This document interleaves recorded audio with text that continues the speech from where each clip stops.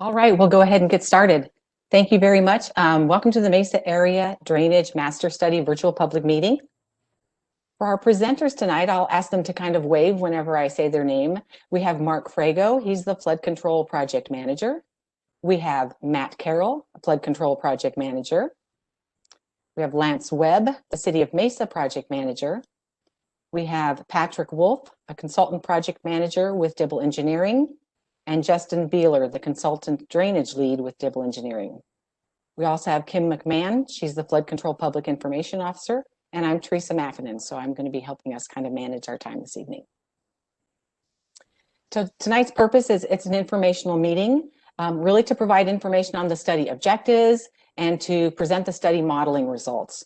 Also to explain the next steps for the study and then address your questions and explain how you can formally comment if you'd like to. So I'm going to go ahead and let Mark Frago kick us off. Go ahead, Mark. Thank you. Good evening, everybody. As you see up on the slide here, tonight's agenda is we're going to discuss what or who the Flood Control District of Maricopa County is, what the need for the study was, the Mesa drainage improvements that the city has made and are planning to make. We're going to talk about the flood modeling in the study area and also the results from the modeling that brought up a few areas of interest within the study area, what the next steps will be, and then we'll be available for any questions or comments that the audience may have. So what is the Flood Control District? The district was created in 1959 to reduce the risk of flooding for the people and property of Maricopa County. Today, the district employs about 200 people in 4 divisions: engineering, planning, project management, permitting, and operations and maintenance. So what is the Flood Control District's goal? Our mission is pretty simple. We identify flood hazards, we inform the public about these hazards, and we develop solutions to reduce those hazards. How do we do that? Well, the district works with citizens and stakeholders to reduce risk from flooding by using our technical expertise and consultants' technical expertise. We provide customer service, and we try to incorporate multi-use projects in anything that we do as far as the alternatives that may reduce the risk. So what are the goals and purpose of the study? So this study is actually part 2 of the downtown Mesa area ADMS. It started in July of 2018. And the goal of the study is to develop a comprehensive, detailed Flow 2D hydrological model integrated with the existing storm drain networks. This integrated model utilizes existing conditions within the approximate 20 square miles, as you see here, to identify any flood hazards. So the area is about 20 square miles. The southern boundary is the US 60. The western boundary is the Mesa City limits and the Tempe Canal. The northern boundary is the Crosscut Canal, and then on the east would be the Consolidated Canal. As you can see here, in the first work assignment, we have received a lot of feedback from the City of Mesa and also some residents in the area, and these red dots depict City of Mesa drainage complaints. And I'll pass it over now to Lance to discuss more what the city has been doing. Okay, thanks, Mark. As you saw on that last slide, Mesa does depend on our citizens to kind of be the eyes and ears. We love hearing from you guys when there's complaints, and we want to be able to fix these locations. So we appreciate the feedback that we get, and we encourage that, continue to encourage that from our citizens. If there's areas that we need to focus on, we want to improve those. So. As Mark mentioned, there is a need for this study. This is an area here in the downtown that's a little older, had a little bit different drainage requirements back when a lot of this infrastructure has been constructed.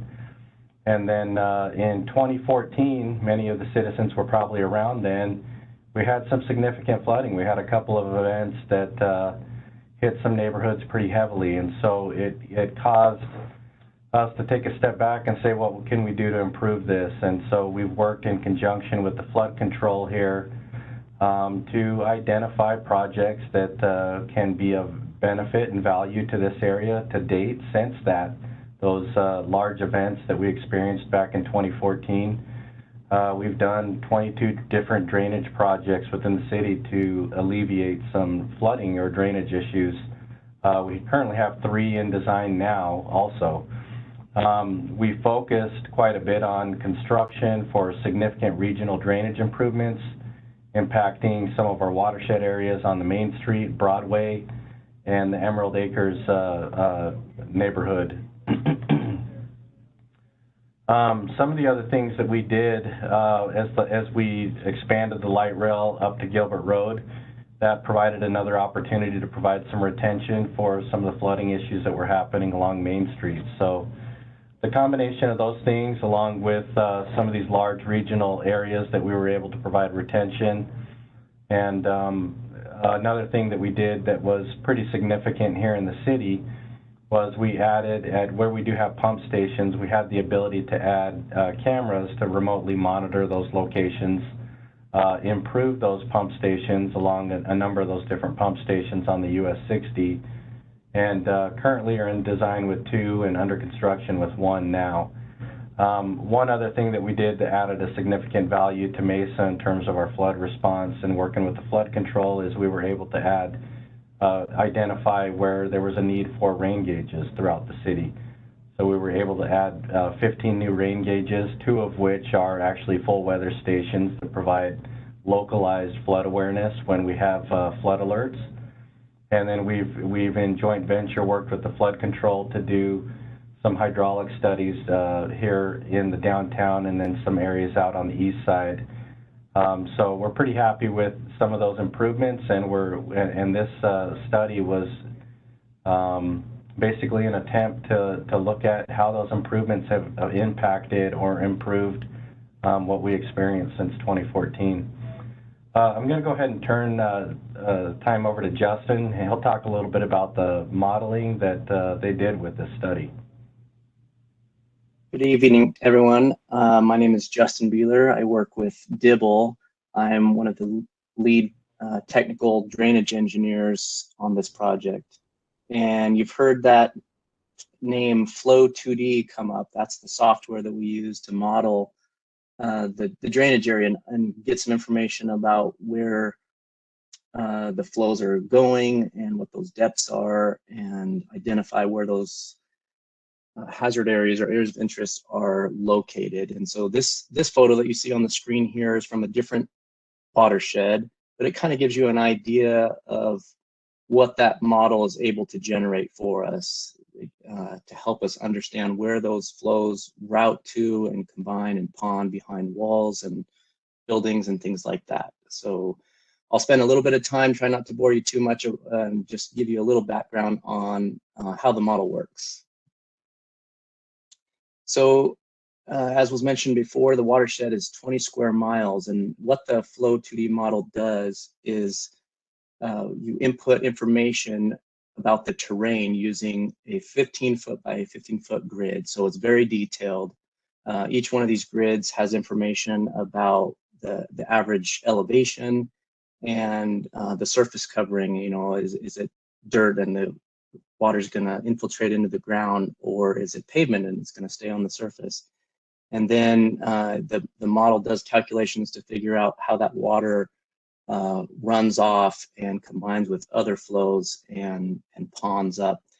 So we get a lot of information back from these models about that we can use to understand what are the flow rates, what are the depths and the velocities to help us understand where those hazard areas are going to be.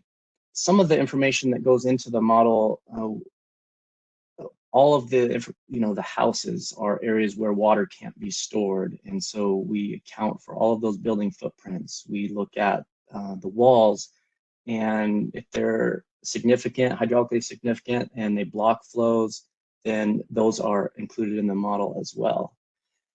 Other things that go into the model, this slide shows the southeast corner of the model domain area, right there at the US 60 and Lindsay Road, just a little snapshot to kind of point out some of the drainage features. You can see in that dark blue line, the US 60 channel is modeled where a lot of that flow ends up. And you can see the little yellow and white dots over the buildings to represent those areas are blocked out for water storage. And you can also maybe see some of the red squiggly lines. Those are the walls around the subdivision. So we understand, it accounts for ponding behind those walls. And finally, there's a little green line with some green circles. That is to kind of indicate that the storm drain features that, most people don't really think about or see that are underground, where that water is captured in the streets and conveyed to retention areas. All of those components are put into the model. So there's a lot of detail that goes into it, but it gives us some really good detailed answers as well. So this was actually taken from a different study area, but what you're able to do when you have all of this information is understand, you can animate the flows and the water that flows down the street and combines with other streets and ends up in storage areas. And so what this does is you can kind of give a demonstration or video that shows how the water moves along, where it's accumulating, what those depths are. You can see the different colors in the greens and the blues. Those mean different depths of ponding. So we take this kind of information and we use that to figure out during these larger storm events where some buildings, some structures, properties might be getting a little too much flow to them. And with that information, we can move ahead and look at some potential solutions, which will be the next phase of this project. But at this point, I'll turn it over to Patrick to talk a little bit more about those areas of interest that were identified based on our modeling results and where we go from here. Thanks, Justin. As we discussed earlier, Mesa has done a lot of work in this area to mitigate drainage issues. We wanted this area studied to see, what effect those improvements had on the watershed, and if there was other areas that might need to be looked at further. And our results of our model show that there are 6 areas that need further investigation. The first area is near the Heritage Park area, which is just north of the US 60 near Center Street. Our model showed that there was some drainage issues with King Estates, and Mesa was aware of this issue, so that's something that we could possibly look at in the next phase. We also saw that there was some drainage issues with the Gulfland Sunsplash area. That was confirmed with some field investigation in 2018. Next slide. The next area of interest is 6th Street near the Tempe Canal. There's a low area here that is experiencing some drainage issues. Now, Mesa is aware of the problem and is taking some steps to mitigate, as you can see with this next slide, with all these catch basins along the roadway to try to capture the flow. Now, this area, the homes in this area were built between 1955 and 1960, so that predates any drainage regulations in the area. So the homes weren't elevated and they're, experiencing some drainage issues. The third area of interest is north of Main Street near the Tempe Canal. Now, this area is interesting because Mesa was not aware of drainage issues in this area. So once we got the initial model results, we went out there with the whole team, and we did see evidence in this area of ponded high water marks along some of the property walls. That just confirmed our model results. Area 4, again, is along the Tempe Canal near the Roosevelt Elementary. Now, the school has a large multi-use detention basin to the west that collecting flows in the area, but there's still some drainage issues. Now, it's important to note on this slide that there is a FEMA-regulated floodplain, which means property owners located within that limit have to buy flood insurance. Area 5 is what we call the Sunnyfield Park area, which is south of Broadway between Solomon and Horn. Now, Mesa has constructed 2 very large storage basins in this area. Now, that's unique in a downtown area because land is not available typically. Now, Arapine Park or the Horn Street Basin can hold 20 acre-feet of water. An acre-foot is a drainage term we like to use, which is just an acre that's 1 foot deep. That's the storage volume that it has. Now, Eagles Park on the north can hold 50 acre-feet of water. So this area in between most likely will need storm drains to collect the roadway flows and direct them into one of these regional basins. Area 6 is Hunt Drive, just north of Main Street. Now, Mesa has done a lot of projects along Main Street to improve the drainage, which was confirmed by our model results. But there are some areas that have drainage issues. There's a low area in Hunt Drive where the roadway forks that's causing some drainage issues, and this may be included in the next phase of the project. We can also see some of the recent retention basins that Mesa recently constructed at the FedEx Kinko's and adjacent to the Motel 6. Now, Matt is going to talk about the next phases of this study. Thanks, Patrick. Good evening, everyone. My name is Matt Carroll. I'll be the project manager for the Flood Control District on the next phase of this project. So just wanted to kind of wrap it up and touch base with everyone in attendance about where this project will be going forward. We'll be identifying the most urgent areas of potential flooding based on this area drainage master study that's been completed. We've highlighted 6 of the areas for you here in this presentation. We'll be establishing mitigation alternatives for those identified locations, so determining how best to alleviate some of the flooding conditions at these specific locations. And after establishing those alternatives, we'll be evaluating those identified alternatives at each location to kind of score them and rank them to determine which ones would be suitable for determining a preferred alternative to go with. So as I mentioned, we'll be determining which alternatives will be preferred for those locations based on that evaluation criteria once we've identified those alternatives. And then incorporating those alternatives into an area drainage master plan, which will be the ultimate product of the next project for the local city of Mesa to use and for the flood control district to use to plan accordingly to alleviate some of these flooding conditions. And as Lance mentioned at the beginning of the presentation, we certainly welcome and encourage any citizen feedback, any concerns that you may have. You are the eyes and ears on the streets that see some of these conditions on a daily basis, so your input is highly valuable in helping us incorporate and determine which of these areas we need to take a look at and addressing those concerns as we form this area drainage master plan. So please feel free to reach out to us at any time to kind of let us know of your concerns. And I'll pass it over to Teresa. She'll show you there's a multitude of ways that you can contact us to let us know of that information. Thank you, Matt. So yes, we have a survey. So if you go to maricopa.gov, on the website there's a survey that you can fill out, and this presentation will also be on there. It's on there now, and we're also going to post after this meeting, probably tomorrow, the recorded video of this meeting we're recording.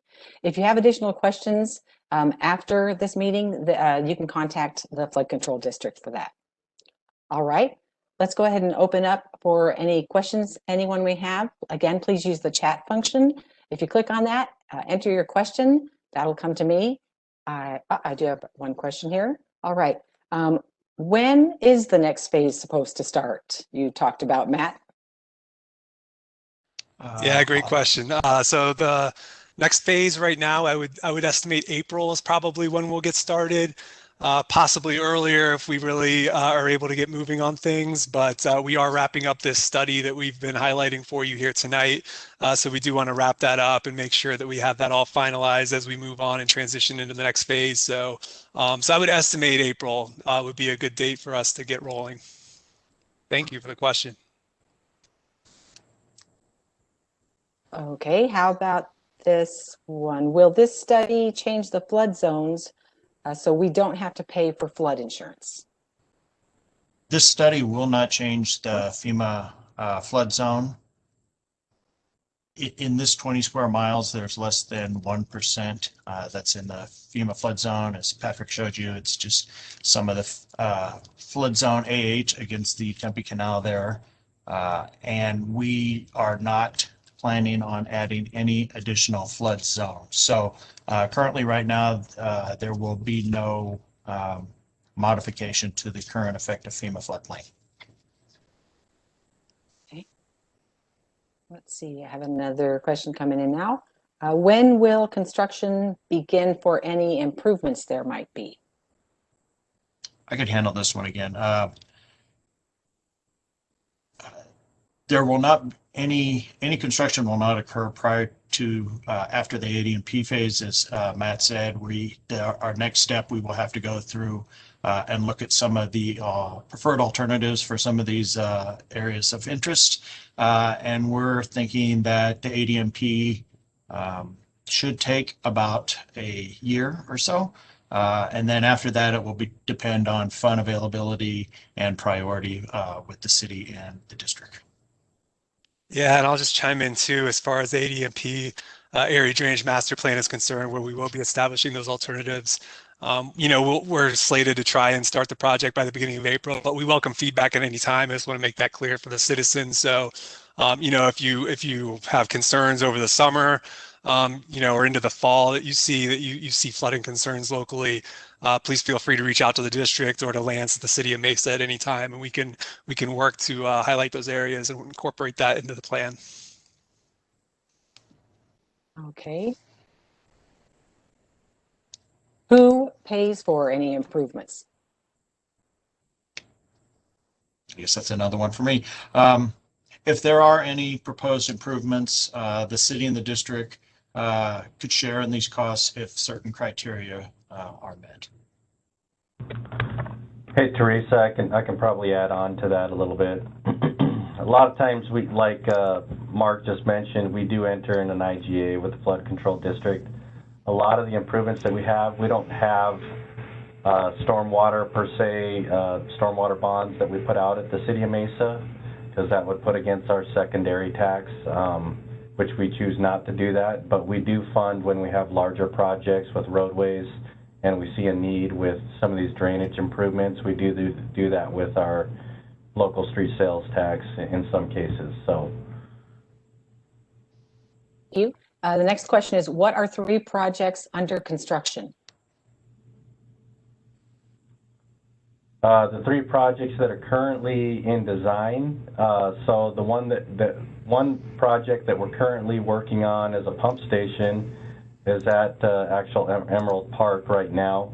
We just finished up Sherwood Park, which is a basin on the US 60, and Heritage Park pump station also. 6 other locations were previously completed also along the CAP canal and the US 60. Some of the other projects that we have are out in our East Valley, and then we have a couple near one that we're doing between Maine and University on Val Vista. Okay. Here's another one on the website. It says there are 3 areas in the study. Do you have to wait for those to be all completed before you can start any improvements? I'll go ahead and take this one. No, the larger North Mesa ADMS was about 120 square miles, and this was split into multiple areas to better manage the larger ADMS as a whole to study specific areas.